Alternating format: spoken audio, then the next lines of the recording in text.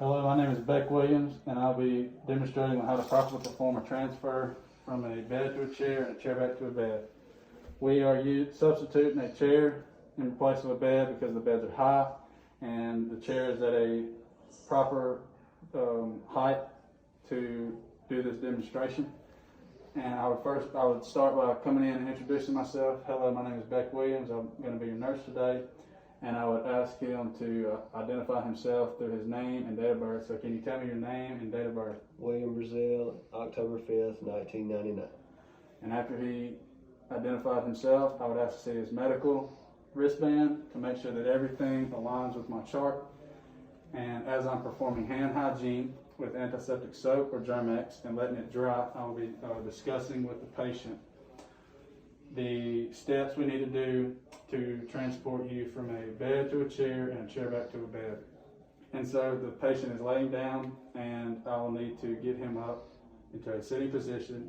And the reason why we do this exercise is to prevent bed sores and to keep the range of motion in check.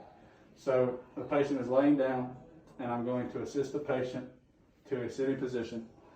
And I will be, I'll ask the patient if he feels dizzy. And if the patient does not, if he does feel dizzy, the patient does feel dizzy, I will be checking his blood pressure. And after 60 seconds, if his dizziness has not subsided, I will be checking his blood pressure again as he is laying back down.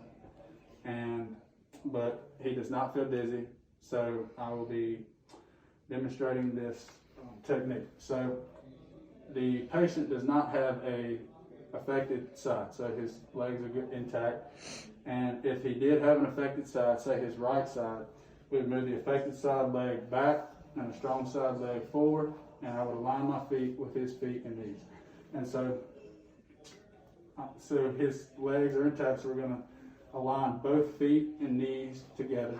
And I'm going to apply the belt around the waist.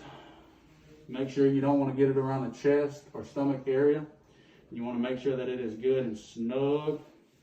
And you may need to readjust this as when you get the patient to stand up.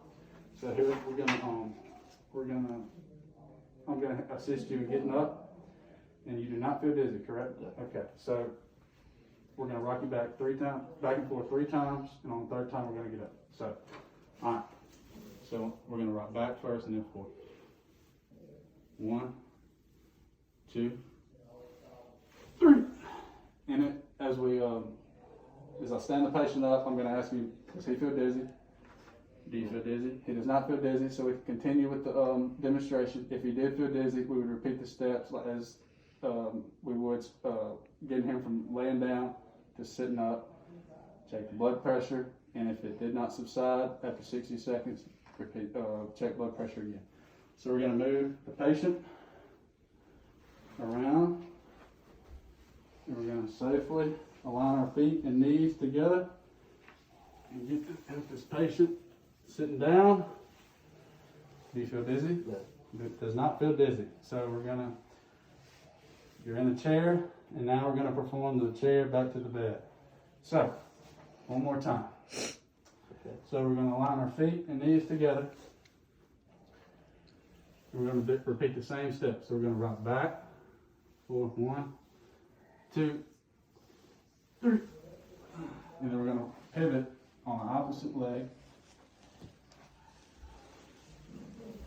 And align, keeping our feet and knees aligned. Help him assist.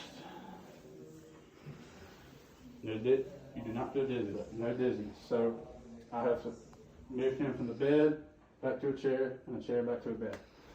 And now that you can lay back down, you're good.